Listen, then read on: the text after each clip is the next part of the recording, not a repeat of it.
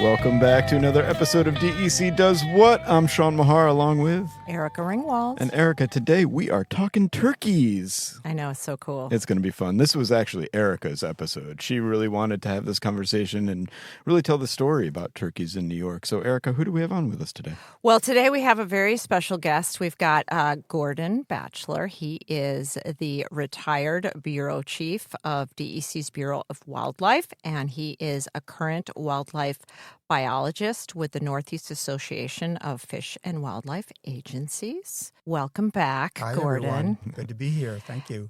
And we've got Mike Menza. Mike is an environmental program specialist in the Hunter Education Program down on Long Island. That's also part of the Division of Fish and Wildlife. And Mike is the person responsible for the music you hear on the podcast. The man, myth, and legend. Here you go. No, it's like we've got celebrities today. Oh, it's an honor to be here. This is just great. So we're talking turkeys today, and turkeys are a great success story about how, DEC really works to really restore wildlife populations in the state, and this being a prime example of one of those comeback stories of where, our obviously impacts on the landscape have impacted populations, and over time we've obviously spent a lot of efforts on bringing them back. So you two, Gordon, you were definitely more on the front lines of that. So we'll start off with you. Maybe tell us a little bit about the story of the wild turkey. So how do we come to talk turkeys today?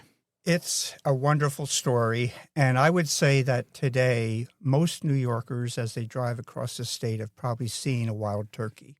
Because as you drive the Thruway or any of our major roads, the turkeys are in those fields.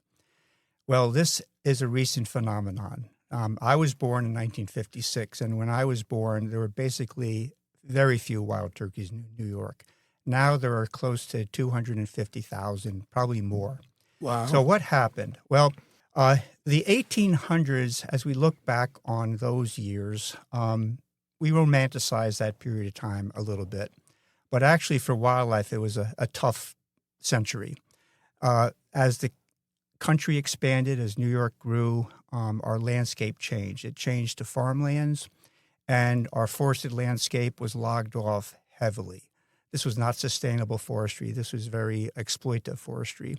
So the animals that depended on woodlands, including turkeys, white-tailed deer, black bear, and the passenger pigeon, really basically lost the places they lived.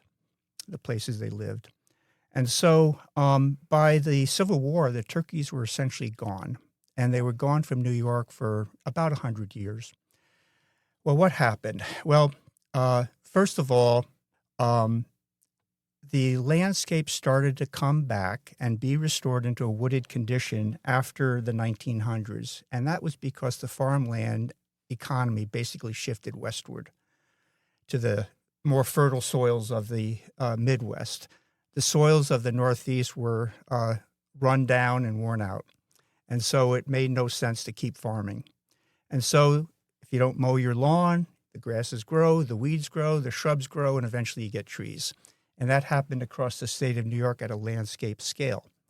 So slowly, through the 1900s, the landscape was restored to a wooded condition, which we see now. But the turkeys were still very small in number. Throughout the 1800s, the turkeys sustained an existence because of the deep wooded landscape of Appalachia and the southern swamps. So they had a toehold in those mountainous regions that were hard to get to, hard to lumber and hard to hunt. The other thing about the 1800s we have to remember is hunting was unregulated. It was basically subsistence style taking whenever someone needed something to take. So the landscape's restored, and also around the turn of the century, the 1900s, a conservation ethic happened. And our former governor, Theodore Roosevelt, was the leader of that effort. And when he became president, he really made it a national priority. So the conservation ethic blossomed here in New York, and we are very much part of that success story. What that meant is regulations were put in place to protect game, like the wild turkey. So now we had two conditions in place. One is the landscape is getting better, and the regulations are in place to protect species. But something else happened, and that was around the 1940s, 50s, and 60s. scientific wildlife management blossomed. We had trained people who could work here in the conservation department, our old name, and recognize what turkeys needed and what we needed to do to restore them. And in New York, the story started in Allegheny and Cattaraugus County, because that was where those Appalachian survivors kind of moved northward and got a toehold in Allegheny State Park. And the first birds were seen in 1948. By the 1950s and 60s, the Conservation Department was actively restoring the wild turkey. So now we had a place for them to live, but they had to get there. Now, they would have eventually gotten there slowly, but we did something called trap and transfer. We basically captured birds in one location, put them in a truck, and drove them 100 miles or more and put them in a new location. And when we put them in that new location, it was like home again, home again, and they thrived. So it was restoration of the landscape. It's the same story. Habitat matters more than anything else. Mm-hmm. The regulatory regime to have systems in place, the licensed hunters, and to have seasons and to have bag limits and all of that, to have enforcement. And then the science to understand where turkeys could live and then to give them a helping hand. And so throughout the Northeast and certainly throughout New York, turkeys were moved. It was a real operation. It would happen throughout the 60s, 70s, and even 80s. In my career, I helped restore turkeys to Niagara County. And I also got involved in bringing turkeys back to Long Island. Now, think about Long Island for a minute. Turkeys probably winked out there in the 1600s or 1700s just due to overexploitation. When the department put them back in the 1990s, now you have turkeys there for the first time in 250 or 300 years. Oh, wow. It was remarkable. And now there's a lot of them. Yeah. So, Mike, why don't you talk to us about that? What is the turkey population like on Long Island? Well, there's a lot of birds on Long Island, and they are very adaptable. They also live in neighborhoods and the public land that we have out there, but it's spectacular how much they've exploded in that amount of time. And the turkey hunting is just phenomenal. We have a blast out there. We have several mentorship programs. We have a youth hunt, and it's very successful, and other mentored turkey hunts. It's a great place to be able to access land safely. We have Chip Hamilton worked with Michelle Gibbons on opening a turkey season only 3 years ago, a regular season in May like we have upstate. Mm-hmm. And it's been so successful. The key is making sure that access is regulated. So there's specific parking spots that you have to park in, and there's limited parking because it would be unsafe to have that many people on the limited amount of land that we have, because there's so many people on Long Island. And there's a lot of people that know that hunting's great, so they come into Long Island and enjoy the experience. So thanks to those access rules, we've had a very safe hunting experience for everybody, and also quality hunting, because people are not as disturbed, and they're not having issues bumping into each other in the woods as much. So it's been great, a true success. Mike, you mentioned something that I think is quite interesting about the adaptability of wild turkeys. In the early years when we were learning about wild turkeys, our biologists thought that they required vast landscapes of forested cover. Well, that's because that's where they were at that time. But some of the biologists said, I think this other landscape might work too, the farmed landscape, where you have patches of woods and fields. And lo and behold, when the turkeys were moved to that landscape, the dairy country of upstate New York, they thrived. In fact, when I look around and think about places to hunt, I look for places with a mixture of woods and fields. In fact, today, the wild turkey is in all parts of New York, including parts of New York City, including mountainous, rugged country in the Catskills and the Adirondacks. They are an adaptable bird. They're in Staten Island. Yes, I know. And they're also in my backyard. So this was a pic, and Oh, I'll probably put this in wow. the show notes too so people can see impressive. it. Last week, my daughter looks out the window in the morning. She's like, Dad, there's turkeys. And then we had to have a conversation about the birds and the bees. I had to explain male turkeys and female turkeys and what the two males were doing to try and attract the female that was in the backyard. So It's interesting you mentioned that because it's that biology that enables us today to have a spring turkey hunt. The turkey hunting in the spring is happening right now in New York. It's the month of May. And that is possible even though they're breeding now because turkeys are polygamous, meaning one male can mate with multiple females. So if you remove one male through hunting, there will be another male that will step in. So it makes it possible for sustainable take of wild turkeys in the spring with males only. And there's something about spring turkey hunting which is really magical. It's that behavior, that photograph you showed, and how they interact with each other, the way the hens interact with the males, and just all these dynamics of dominance and hierarchy and literally pecking order. Mm-hmm. It makes it a really interesting type of hunt because to be successful as a turkey hunter, you really have to dial in that behavior. Yeah, understanding animal behavior is a big thing. I feel like I should say this too. You know, I grew up in New York City, and I'm very grateful that I had mentors. I had my father, I had my uncle, my grandfather to show me what animal behavior is and the art of turkey hunting. And it inspired me to mentor people that might not have had that growing up. And it's just a great thing to take somebody who may have grown up in the city and bring them out in the outdoors and watch them learn and see the excitement on their face when they hear a bird gobble and understanding that the communication that the bird's having with you. It's a beautiful thing to see. And that's why we're having a lot of these mentorship programs to have people understand those different tactics and skills and understanding that animal behavior to be a successful turkey hunter, because it takes a lot of skill, and I'm forever learning. I don't know about you, Gordon, but I'm always learning something every day. I've hunted turkeys for about 35 years, Wow. and I still don't know what I'm doing. well, that makes two of us, Gordon. Honestly, every year I learn something new. Every year I get busted by turkeys. Every year I do the same dumb thing over and over. It's just a humbling experience. And that's why turkey hunting is so popular, because it's hard, and it should be hard. We want hunting to be hard. It's very rewarding. It's a wonderful time of the year to be out.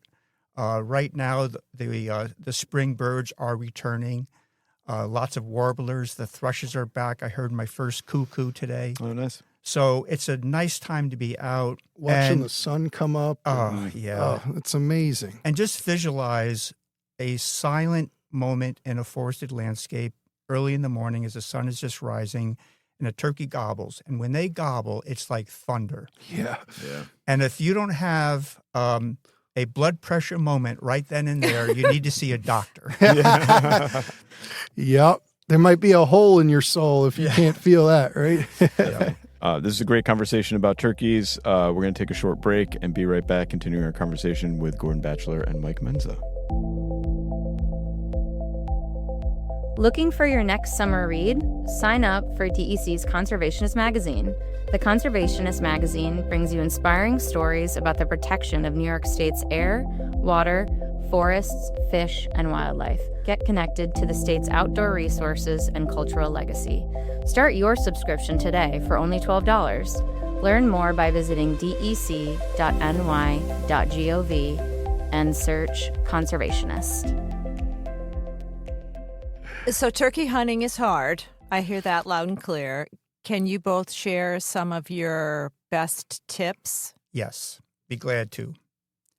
The first is the most important. You need to go hunting. Now, what do I mean by that? Well, first of all, I've been getting up every morning at about 3:15. Ouch. And I'm kind of gassed. But I don't like the idea of a turkey gobbling and I'm not there to hear it. So I get up and I'm out there. And this morning I heard a pile of turkeys gobbling. I didn't get one, didn't even see one, but I heard them. And I just love that. But after hunting for 5 or 10 days, a lot of hunters they do get worn down. I understand it. So the people I know that consistently take turkeys are the ones that hunt as much as they can. And it's not just like going hunting for a day. It's like, okay, I've hunted for 3 hours and there's the next ridge. Am I going to climb that ridge and see if there's a turkey on the other side? Go hunting. One year when I was still working here, I had a meeting in, I think, Philadelphia, so I had to get a flight out of Albany in May. I hated it. Cut into his turkey hunting time. And I ran the numbers. I can take a shower in about 30 seconds. I can hunt about 10 minutes from my house. I can get up there in about, 15 minutes, 20 minutes, and I'm sitting where I need to be. And then I have to get to the airport, park, etc. I found out through that calculation I could get in a hunt for about 5 minutes. I went hunting. Sometimes that's all it takes. I went hunting. That's awesome. So, and you do burn out, but here's a little secret. Yeah, turkey hunting is an early morning thing, but you know what? Turkey hunting between 9 o'clock and 12 o'clock. 12 o'clock is when you have to stop. Turkey hunting in mid-morning can be phenomenal. Oh, yeah. And so if you're getting gassed, you're worn down, sleep in, and then go out at 9 o'clock. If you get a turkey to gobble at 10 o'clock, 10:30, 11, you better park your butt and get ready. Get ready, because the hens may have left that tom, and now he's all alone at 10 o'clock. And when that tom hears a call, he's like, oh, that might be the hen that left me to go to her nest to lay an egg or sit on the nest. Well, again, that's the biology behind Right. the hunting and the behavioral thing you understand to be successful. Just as Mike said, the hens are laying an egg a day until they get a complete clutch of 10 to 12. Then they start incubating. And so they're with a gobbler initially, but then they go off to lay that egg. And now the gobbler's looking around. Where does she go? At 10 o'clock, 10:30, that's the time to be hunting. Yep. Now, the other thing, biologically speaking, once they have their full clutch of 10 to 12, they're going to start incubating. That's going to start happening right around now. So that means late spring hunting, the third and last week of May, can be excellent because those gobblers are now without those hens that they had all season. So we're talking gobbling, and then Mike, before we get to what you were going to say, I just want to, we'll get back on turkey calls in a second, but Gordon mentioned hunting seasons. Can you talk about the season length and the time limits and restrictions that hunters should be aware of when it comes to spring turkey season and fall turkey season? Yes. So it just opened on May 1st. Pretty much every year I've been hunting, it's been May 1st to May 31st, basically the month of May.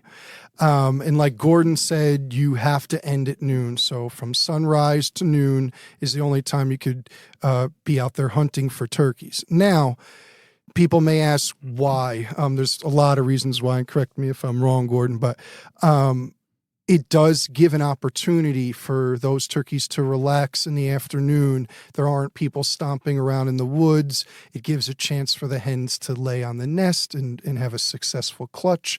And the toms will calm down and come back into those roost areas, and it keeps the quality of hunting great as well. So there are some biological factors on why you can't hunt in the afternoon. And really, I support it. I think it's great. I know there's some other states that allow hunting in the afternoon during certain parts of their season, and there's other reasons for that too. But so far, it's worked for us, and definitely been a very safe experience for hunters and for the turkeys to be successful. And I guess I should talk about some safety factors too. Definitely. So when you're out there, number one thing, do not wear any red, white, and blue. Why? Because if you look at a turkey's head, especially a tom, it has red, white, and blue colors, and that could be mistaken to another hunter that those colors could be a turkey's head, which is the area that you aim to harvest a turkey. So that's one. Also, we recommend that you carry some orange with you, whether it's a hat or maybe a vest or something when you're walking from your vehicle to your hunting spot. So in case there's hunters, they could see that you're walking and there's no confusion there. But also another big factor is never stalk a turkey, because there's some great turkey callers out there, and you would definitely get mistaken from a distance or even up close to another hunter that is very good at turkey calling. So never stalk a turkey, because it could be a person calling. All right. So let's talk turkey calls. And listeners of the show will know some people do bring props. And if you listen to Sturgeon Thunder, we've also heard the call of the sturgeon. But you Memorable. you two have brought some fun little turkey calls with us. And turkeys do more than gobble, right? So why don't you put on a little display for us of what to expect? Well, let's start with some ancient history. So I am holding, your listeners can't see it, but it's a wingbone turkey call. And it's made up of the two bones of a turkey's forearm, basically the major part of its wing. And they're glued together and forming a bit of a trumpet type of thing. That's so cool. And what's really cool about this turkey call is it's modeled after an identical call found in Ohio and carbon dated at 4,000 years old. No. Oh, Wow. That's awesome. So the first turkey call was probably the human voice, but they also made this wingbone turkey call, and it works. I'll just demonstrate a little bit. So it's different from what most hunters use, and I think being different is good. Mike's got a mouth call, which is what a lot of us use as well. Mm-hmm. Awesome. So cool. I know. One of the benefits of a mouth call that I love is that you don't have to use your hands. Like a box call, you have to pick it up, and yet there's a lot of hand movement there, or even a slate call, there's some hand movement. So when you're ready and set up and aimed, a mouth call, all you need is your mouth to... And it's a lot of fun. It takes a lot of practice, right, Gordon, to get that down. It's not an easy thing to get down. Some people can't do the mouth call, but there are other calls that are very good. And I would say, Eric, in answer to your question about what advice would you give a turkey hunter, go hunting, and that's like number one. I would say most turkey hunters, in my experience, call too often and too loud. Mm-hmm. A soft touch is a good way to approach a turkey, and call very lightly. And I think the reason people call loud and often, literally, they want to be found by the turkey. But trust me, a turkey, when they hear just the lightest call, hundreds of yards away, they will find you to the very tree. Yep. They will find you. So calling a lot is, I would say, something to avoid.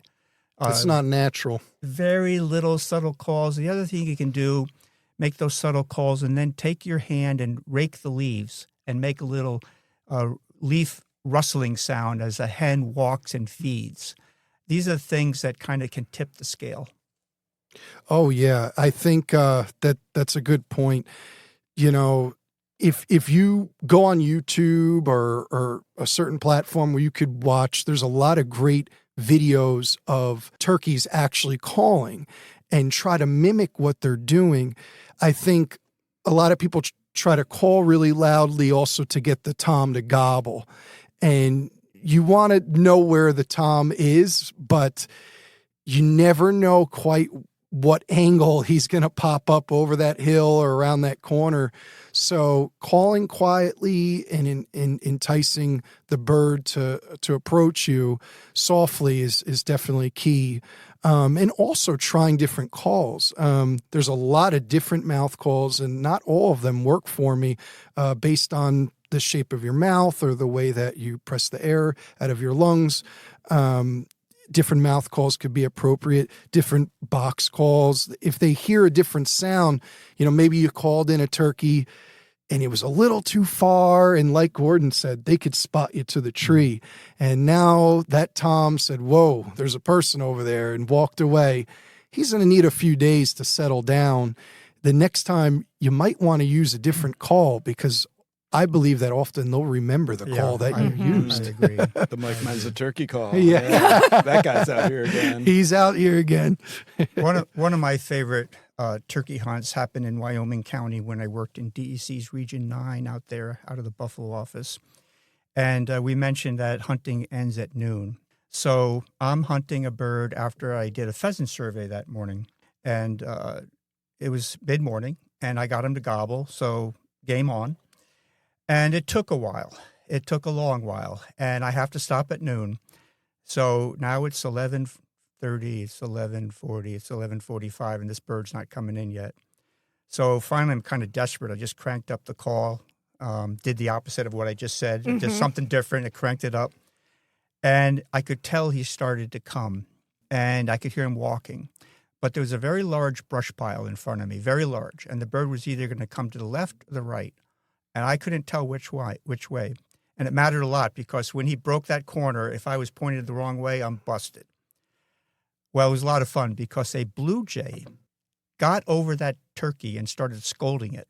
And I did my master's on blue jays, so I kind of know their behavior. So this turkey is being harassed by a blue jay, and the blue jay basically pointed the way for that turkey to walk, and I got in the right direction. He came into the open. I cocked my wrist to check my watch. It's 3 minutes to 12. Kaboom.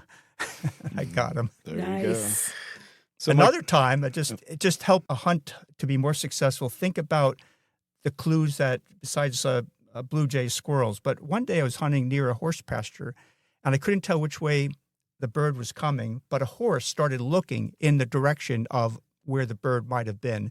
And that's exactly where it was. It was studying that turkey as it walked in. Oh, really? So that horse gave me the clue. Pay attention to surroundings. Definitely. So, Mike, you mentioned YouTube earlier, and fans of our social media page may have seen you in some of your very passionate videos that you produce, really talking about hunting on Long Island, but also the mentoring program. Can you talk a little bit about why we have a mentoring program and why that's important to our overall hunting and conservation efforts in the state? Of course. Yeah. Mentorship programs are really important. We have a Hunt Fish New York program where you could go in and apply for these events, and they're great, because if you didn't grow up with it, or you don't have friends or family to show you, well, guess what? We have people that can take you out. Some of them are DEC staff, hunter education instructors, and they're very knowledgeable and have a deep passion for hunting. So you have to get on the website and go and apply to these things, because they're very special. We have orientations. We show all of the safety aspects. So being introduced to something the right way definitely is an opportunity that we offer. And there's a lot of them throughout the whole state, and we're trying to implement some more through the hunter education program. There's a technical skill that I think is worth mentioning. This is before the season even opens, and that is knowing your firearm, knowing your shotgun. Mm-hmm. There are many shotguns out there to choose from. There are companies that make turkey specialized shotguns. They're very, very good. A lot of people use a 12 gauge. I personally like a 20 gauge. Regardless of what you use, you need to know how it performs at certain ranges, because with turkey hunting, it is a head and neck shot, and you want many pellets going into the lethal area for a quick, humane kill. The only way to know that is to test your shotgun with the ammunition you're going to use. Mm-hmm. So you have to spend some range time. This is critical. So now we have a shotgun, let's say, that's performing very well at 25 yards. And that's your distance. That's your range. Now you need to be able to estimate those ranges in the woods when the bird is coming in. And turkeys are so large, when they display especially, a lot of people get the range wrong, and then they don't get the bird. So it's important to know your shotgun, then know your range when you're actually hunting. And if you think it's in range, I recommend just waiting a few more steps and giving that bird a little bit more time to get closer. Yeah, and sometimes it's also the setup. So I like to set up in an area where I can't see the turkey until he comes over the hill right in range. because I've made the mistake many of times, actually yesterday morning, where one came across a field and it saw me because I was on the edge of the field and it was too late. So sometimes the setup is key. And a lot of that stuff you would learn through these mentorship programs, all these specific tactics and skill sets. So I was really fortunate. My son had sort of aged out of the youth hunting program. When he became interested in hunting, he went ahead and signed himself up totally nice. independently for hunter ed and did that class. He felt a little out of place because there were a lot of 12-year-olds there, and he was 17. Mm-hmm. But then we were really blessed when we met with Gordon, and Gordon took him out on his first turkey hunt last year, which was great. They were That's not awesome. Successful. I have higher hopes for this weekend. Saturday. Yep. Make it happen. Nice. Well, success, I like to talk about success because it's not about harvesting an animal. That's not success for me personally in hunting. I think success is hearing a gobble, right? Even starting with that. Or if you see the turkey and you called it in, that's a huge success. Even if you didn't get a shot, that you called that bird in, give yourself a pat on the back because you did an awesome job. And that was a great hunt. So speaking of success, once you are successful, we have talked on the show a couple times about, our favorite recipes. And I think if you listen to the Road Sean Salt and I are episode, foodies. we are very much so. Road Salt episode, we talked a lot about brining. I myself am a wet brine kind of guy. Dry brine. Dry brine here, spatchcock over here too. Yep. But I like a smoked turkey breast, so good, apple cider brine.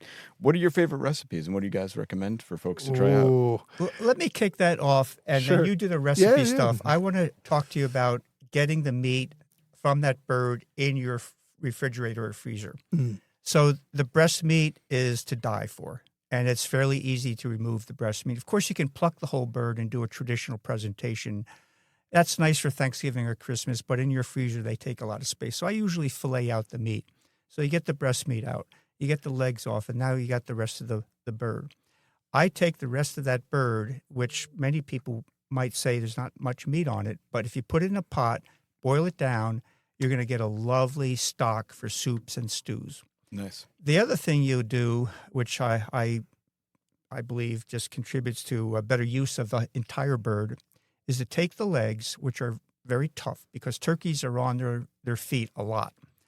They can fly, but they're on their feet most of the day, and so they're tough. I pressure can them. And when you pressure can those legs, the meat pulls apart like pulled pork. So that's how I Is it utilize like lunchtime? every tidbit. And Mike, you can talk about recipes perhaps. Yeah, I would say my favorite is turkey cutlets. I like to cut them into cutlets and then pound them because they could be very dense. So I try to pound them out and flatten them out and then use some breading and put it on a pan and put it on a low heat. You don't want to cook it too fast, but a little bit of lemon, salt and pepper, and turkey cutlets are just delicious and very healthy for you too. Turkey meat is very healthy anyway. Maybe not the breading I put on there, but it is very healthy. Not too much fat in the meat. So. And Sean, you mentioned smoking. That's an excellent way to prepare a turkey. My son has done that, and it's just to die for. So good. Definitely. So good. Well, demerits to you two for not bringing any samples. I appreciate the calls. Very nice of you to do, but now I am hungry, Erica. Yeah. I should eat lunch before these shows. Seriously. I have a fantasy that I haven't quite pulled off yet, but it's to harvest a wild turkey in the morning, catch a trout in the afternoon, and collect either morels, ramps, or fiddleheads and put Oh, there you together a go. meal from Full nature. sustainable. Oh, yeah. That's That a perfect sounds- day. Yeah. That's a great day. We're going to take a short break and be right back talking to Gordon Batcheller and Mike Menza on their journeys to DEC. Want to get offline and get outside? Join us for Get Outdoors and Get Together Day on Saturday, June 14th, 2025. Get Outdoors and Get Together Day brings together people of all abilities, ages, identities, and backgrounds for fun, healthful activities as part of the Governor's initiative to broaden the diversity of users and ensure inclusivity of access to state public lands.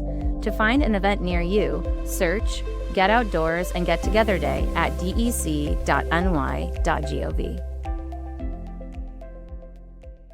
So, Gordon, you're no longer at DEC, but I want to talk a little bit. If you could tell us how you came to the agency, like Sure. what was your path to DEC?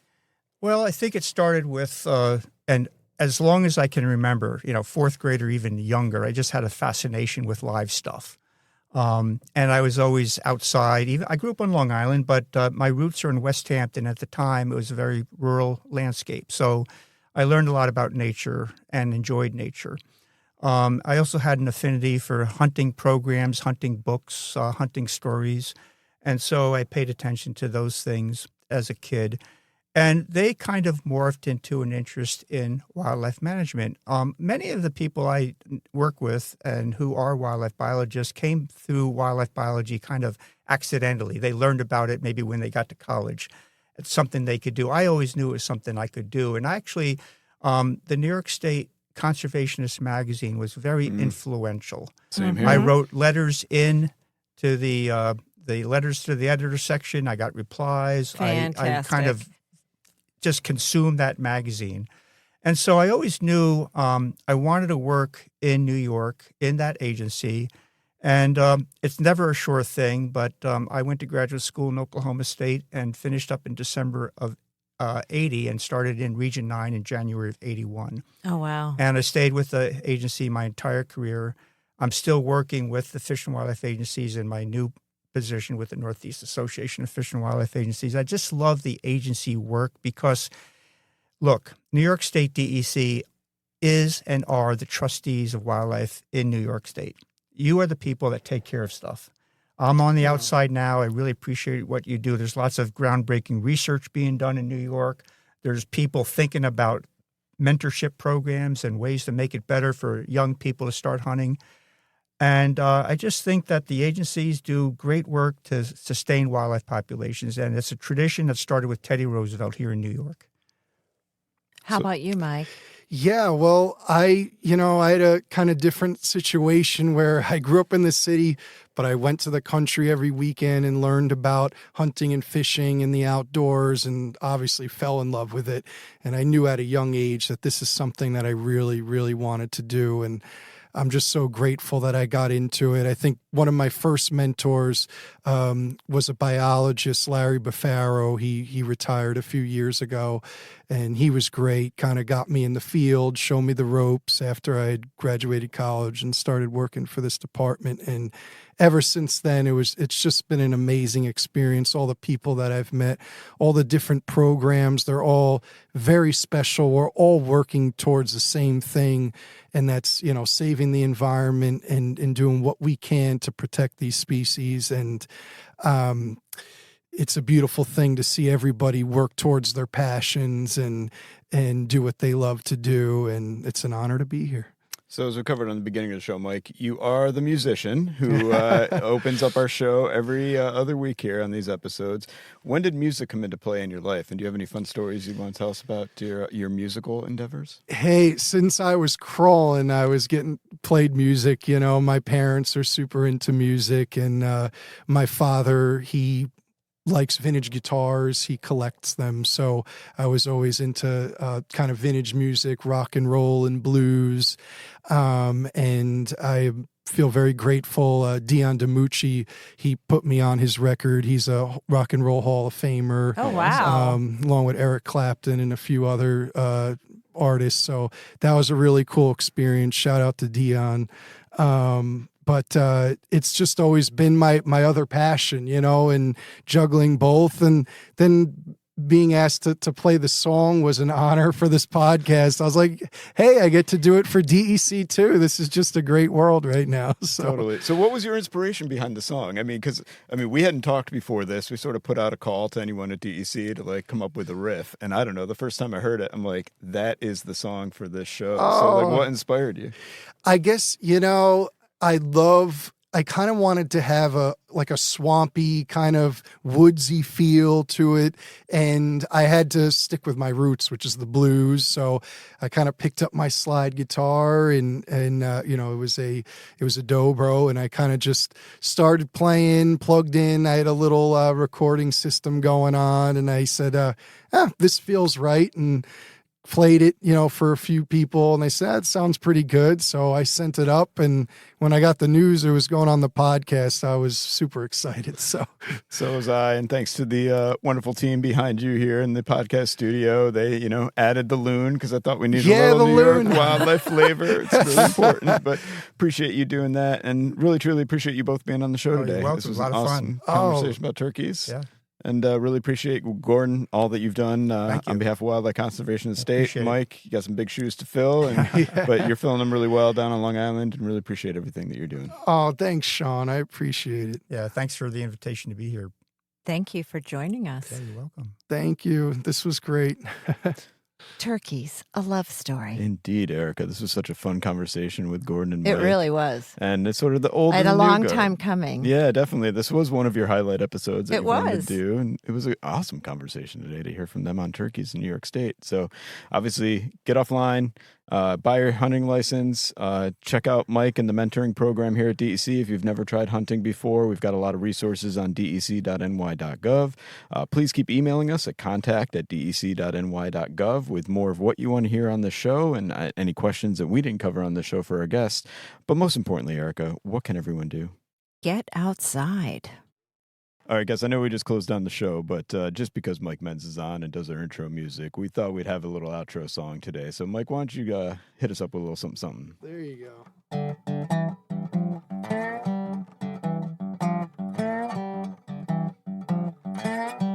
Talking turkey, DEC does what? Oh, yeah. Why not, Erica? Come on, sing along, Erica. Talking turkey, New York State success story. This is why I don't sing. Thank you, Mike Menza. You're the best. Oh, my God. We wrote a song right there. Oh, my God. DEC Does What is a production of DEC's Division of Communication, Education, and Engagement. Our theme music is an original composition by Mike Menza, wildlife technician with DEC's Division of Fish and Wildlife. Like what you heard on this episode? Please leave a review and share this episode with others. Want to learn more about DEC's wide-ranging efforts to protect New Yorkers and the environment? Visit dec.ny.gov or connect with us on social media. You can find us using @NYSDEC. For more information on DEC Does What, visit dec.ny.gov/podcast.